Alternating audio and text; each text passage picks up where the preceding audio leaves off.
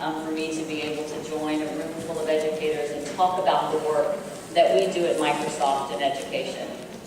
I have the distinct privilege of running our Partners in Learning efforts and have been running the Partners in Learning program for Microsoft for several years. And it's a role that, quite frankly, I cherish. It's a role that's very personal to me and means a lot to me. I happen to come from a long line of educators. My grandmother was an English teacher, a grammar teacher. My grandfather worked with severely disabled children. My younger brother is currently a special ed teacher, special education teacher. And the woman that's had perhaps the most influence on my life, my mother. Now, my mother is a remarkable woman. I'm one of 7 children. And after all of us went through school, and after she spent hours doing homework with all of us, my mother decided to go back to school and finally get her university degree. And at the age of 62, she graduated and is now a 4th grade teacher in a rural school district in Texas. Now, I tell you this not because it's all that interesting.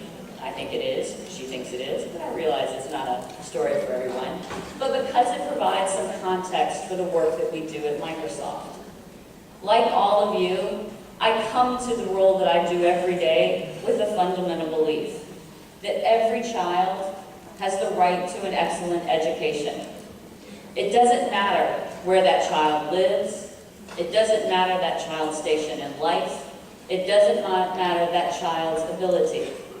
But every child has the right to an education and the right to learn, to discover, and to be inspired by the world around them. Now, I say this because it works very well with our mission at Microsoft and in education. Our corporate mission is to help people around the world realize their full potential. And within education, we look at students and educators and say it's our mission to help students and educators realize their full potential. One of the things that's interesting about this statement, and that I quite frankly get asked often a lot, is why it doesn't just say students. I mean, ultimately, we're all here to serve students and to make sure that our students are set off on or have the knowledge they need to set off on a productive life. But one of the things that we believe fundamentally at Microsoft is that educators are critically important in the success of education. No child will receive an excellent education without the support of qualified and dedicated teachers, administrators, school leaders, and support personnel. And I say that with absolute conviction. I say it because for the last 30, 40, 50 years, we have tried every manner of education reform. Big classes, little classes, more testing, less testing, centralized curriculum, decentralized curriculum. But quite often, we fail to invest in the people that will most dramatically impact a child's learning. And so we believe that it's critical to the work that we do it's critical to the work that we do to invest in educators. Think about it for a second. Everyone in this room had a teacher that inspired them.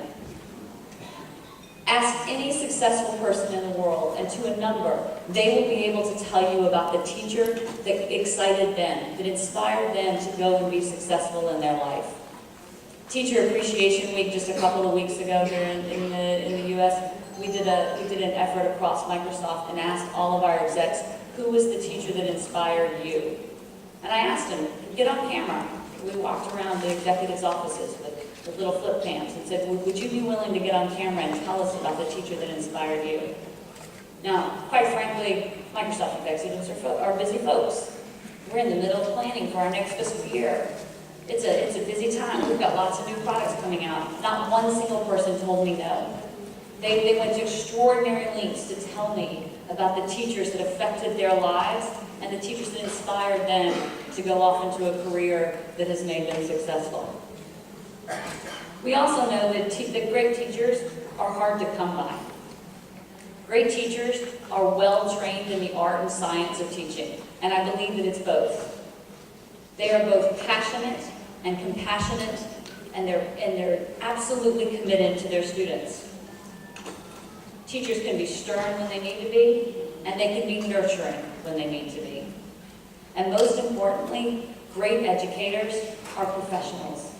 They invest in ongoing professional development, and they're committed to making sure that their teaching practice, their school leadership, their administration evolves to meet the needs of their students. And we know that great teachers, are supported by great school leaders and great administrators. Because without the right environment, great learning opportunities will never be replicable or scalable or sustainable. And so great school leaders and great administrators come with vision and resourcefulness and build trust amongst their communities so that they can serve their students well.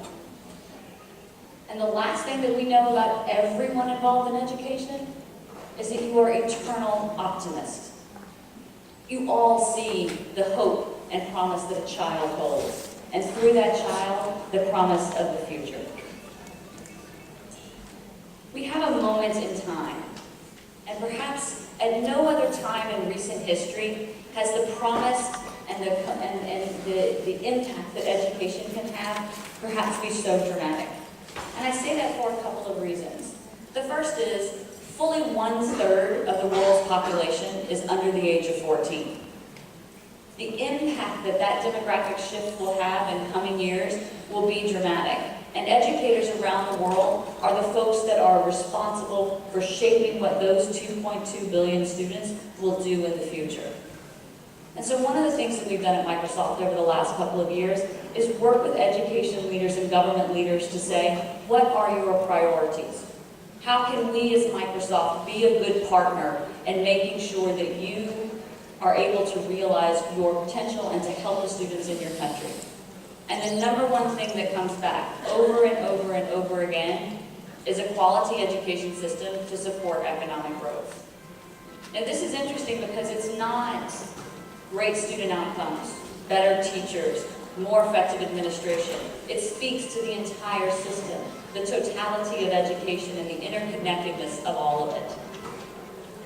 And that's important. And as you go through the different tracks today, you'll have the opportunity to see how a lot of this technology can contribute to an overall system. The other thing that we hear is education for everyone. Education has to be inclusive.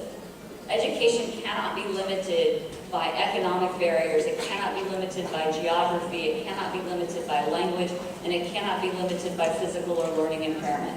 And so we have to think about how do we make sure that the education that will set our children off to lead tomorrow is available to everyone. And we hear that this is important because of long-term economic competitiveness. We know that investments in education will lead us to having a more productive workforce in the future. And so it's imperative upon all of us that we prepare our children to be ready for a career and for college in the future. Now, supporting these trends are a couple of things. Supporting this work is a couple of trends that are shaping the way that we think about this. One, there is definitely an urgency to change and have impact today. The economic realities of today are forcing us to make those choices.